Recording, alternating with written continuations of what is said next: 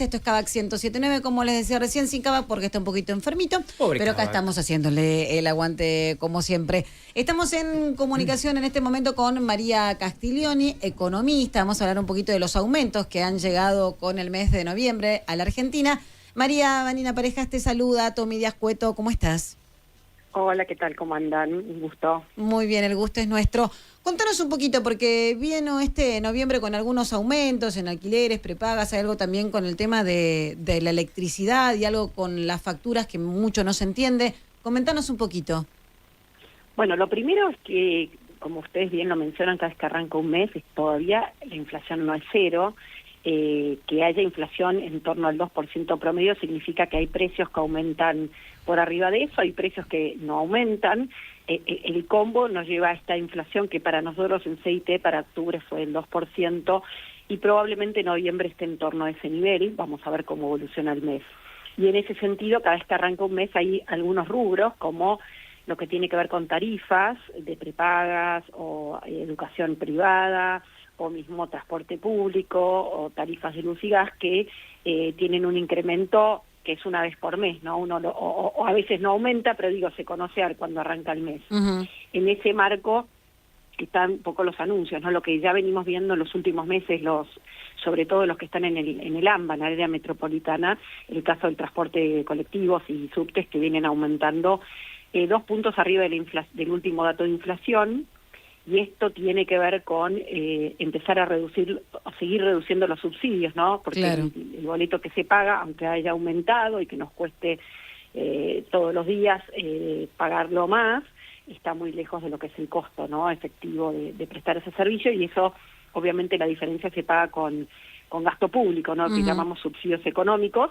Y es distinto del resto del país, donde los subsidios son prácticamente inexistentes, son mucho menores y hace años que pagan mucho más caro, ¿no? Eso es lo primero. Respecto de la luz y el gas, el año pasado hubieron incrementos bastante más fuertes en las tarifas, y ahora ese proceso, en realidad hay que ver cómo llega finalmente cuando nos llegue el reporte, sí, porque tiene que ver también con el consumo, pero en principio el aumento promedio estaría entre 3,5% y 4% en la luz y en el gas. El gas ahora baja fuerte en la demanda, ¿no? el consumo, por la temperatura. Sí. Y la electricidad veremos cómo es en el verano, donde por ahí se usa con el aire acondicionado. Claro, ahí sube. Claro, es al revés. Pero bueno, ahora todavía estamos en una temporada intermedia donde en realidad no hay tanto uso ni de uno ni del otro en forma tan intensiva, pero bueno, es un incremento que obviamente nadie le gusta pagar más, pero que tiene que ver con este también proceso de ir bajando los subsidios, que van a quedar más concentrados en tarifa social sobre todo, y en definitiva ir a algo que pasa en el mundo entero, donde en general en todos los países la energía es cara, ¿no? Tanto el gas como la luz, y la gente controla, ¿no?, el consumo, lo cuida, ¿no? Y creo que también hay otro paso importante en Argentina, que lo vamos a ver probablemente más adelante, que es que del lado de la generación, que es una parte de lo que pagamos, ¿no? Porque en la tarifa, el final, tenés componente de lo que es la generación, después el costo del transporte y el costo de la distribución. En la generación va a haber yo creo, y es el desafío de Argentina, empezar a bajar el costo de generación a través de poder producir energía con más gas natural ligado a vaca muerta, ¿no? Todo sí, ese proceso está en marcha. Recordemos que Argentina, por haber tenido las tarifas congeladas, precios diferenciales para pagar a los productores de energía, las inversiones se habían reducido, vaca muerta no arrancó hasta el gobierno de Macri, y habíamos tenido que importar energía, incluso gas licuado de petróleo, que era carísimo, para poder producir energía en invierno, y se le cortaba el gas a las industrias. Bueno, todo ese proceso no es inmediato, ¿no?, de ir reordenando, pero bueno, esperemos que nos lleve, como fue en otro tiempo en Argentina, que la generación de energía sea bien eficiente y entonces el peso para los consumidores sea más tranqui, ¿no?, más acotado. María, y respecto de la electricidad, también hay un cambio en la factura. Antes era bimestral, ahora se va a desdoblar y se va a hacer mes a mes, con lo cual que no tome por sorpresa a los usuarios, porque claro, la lectura va a ser y el importe va a ser distinto.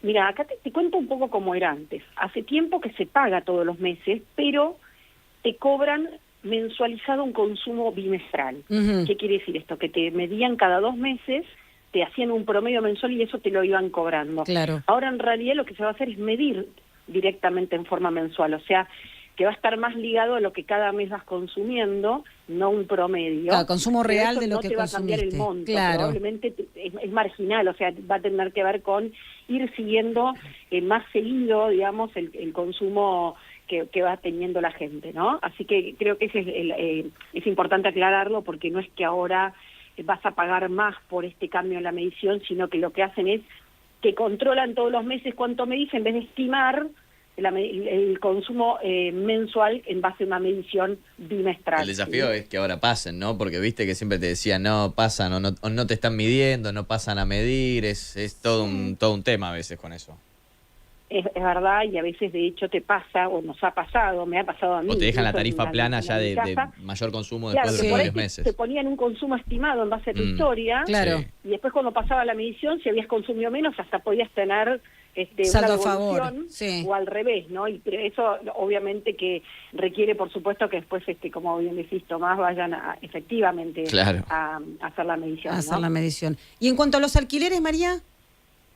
Mira, los alquileres, hay distintas mediciones en realidad, porque una de las cosas que se relevan era cómo venían los contratos con la vieja ley de alquileres, que todavía quedan algunos contratos vigentes, y otra, hay que ver cómo van a evolucionar con los nuevos contratos, donde cuando uno habla con inmobiliarias, nosotros vamos relevando de algunas inmobiliarias también cómo viene el cambio del alquiler, por lo general están teniendo la mayoría de los contratos ajustes trimestrales en base a la inflación, al IPC, con lo cual a la larga va a tender a ser cada vez más parecido a lo que pasa con la inflación, más que con otras variables. Lo que pasa es que los que tenían contratos que ajustaban con la ley de alquileres vieja, que era una vez por año, tenías ese índice de contrato de alquiler que obviamente tenía la inflación demorada, por eso todavía en las estadísticas uno puede ver en el INDEC o incluso en las estadísticas de la ciudad que el componente de alquileres por ahí tenía un aumento más grande, pero Claro. que no es necesariamente el de cada uno, además ahora no habiendo ley de alquileres, cada uno puede negociar, de hecho hay gente que negocia en dólares el contrato, hay otros que negocian ajustando con salarios. Lo más común y lo que hacen hoy las inmobiliarias o recomiendan es que sea con ajuste trimestral en base a la inflación. ¿Por qué? Porque en realidad es la medida más general y de evolución de precios, y que en general la mayoría de la gente gana en algo más ligado al peso que al dólar, pero no necesariamente es así para todos, ¿no? Así que eso yo creo que me parece que lo más relevante siempre en todo esto es que siga la política económica de equilibrio fiscal, no emitir pesos que la gente no desea, y eso está, por eso lo digo, ligado a lo fiscal, porque es lo que ha pasado en Argentina en la mayoría de su tiempo, desde que está el Banco Central, que es que ha sido la Caja del Tesoro. ¿Para qué? Para que la inflación siga bajando, porque hoy todavía tenemos una inflación alta, ¿no?, para los estándares internacionales, de manera tal que obviamente los ajustes sean muy marginales o prácticamente no haya, para que eso pase que remitirse a los 90, donde teníamos el corsé de la convertibilidad, y sacando ese periodo, Argentina siempre ha tenido no mucha inflación, y eso siempre es un signo de pregunta para aquellos que están alquilando, ¿no? María, hubo un movimiento en esto de los aumentos en los últimos días de la carne. ¿Se sabe a qué obedece puntualmente? Si tiene que ver algo con el comercio internacional que fue anunciado, que se van a duplicar la exportación de carne a Estados Unidos, si hay un factor estacional, si es un problema de cabeza de ganado. ¿Se sabe a qué se debe ese aumento en la carne? Mira, cuando uno mira qué pasa con la carne, desde que cambió el gobierno viene aumentando por abajo de la inflación. Sí, claro, por eso. Es que en general tiene varios meses que por ahí no aumenta y tal vez tenés un aumento más fuerte. Tiene oscilaciones que tienen que ver con lo estacional, con el ciclo ganado y la disponibilidad de oferta, ¿no?, de carne, que tiene que ver con esto que te decía. La ganadería tiene un ciclo largo, pensá que tiene que haber pariciones, la tenés que ir engordando, ¿no?, van pasando en distintas etapas, hasta que después está preparado para entrar al mercado como producto comestible, digamos, ¿no? Y con lo cual, y después de la crisis enorme que hubo a partir de la gestión de Guillermo Moreno, hoy la Corte Suprema lo declaró, ¿no?, culpable todos los cargos que tenía y no puede volver a ejercer, y en un punto más allá de que me parece muy bien la justicia en términos económicos, todo lo que él venía diciendo y sigue diciendo Él reafirmó toda su política y la verdad que ha sido un desastre, y puntual en el tema de la carne generó un daño terrible, porque la idea era esta, ¿no? Decir, no, aumenta el precio de la carne porque podemos exportar, entonces prohibamos la exportación, pongamos precios máximos, y eso lo que generó es que los productores de carne, que como te decía tienen un ciclo largo, invertir mucho para lograr el producto, empezaran a liquidar madres y liquidar cabezas de ganado para dedicarse a la agricultura, y eso terminó generando faltante de carne en Argentina, y recomponer eso lleva mucho tiempo, se está recomponiendo en los últimos años, así que yo creo que acá el punto es todo lo contrario. Argentina tiene la posibilidad de exportar algunos cortes que además no se consumen localmente, y combinar eso con el mercado doméstico, que es el grueso del destino, y no son incompatibles las dos cosas. Yo creo que al revés. Acá la clave es que haya justamente un marco favorable para la actividad, de manera tal que haya más oferta, claro, y eso contenga los precios, ¿no? Y también obviamente lo que es el cambio de gustos de la sociedad, que ahora además de consumir carne vacuna consume cerdo, pollo, claro, más pescado y muchas verduras, que antes en Argentina no era tan así. De hecho, está barato. Y pese a todo, este año el consumo de carne vacuna está aumentando. Sí. Sí, el pescado sí. Aumentó la leche, la carne, no sé cómo estará el tema de los pescados, pero sé que el pescado es muy barato cuando te vas a comprar una merluza. María, ¿cómo estás? Federico te habla. ¿Te puedo hacer una consulta? Yo soy muy consumidor de un maplet de huevos, consumo muchos huevos.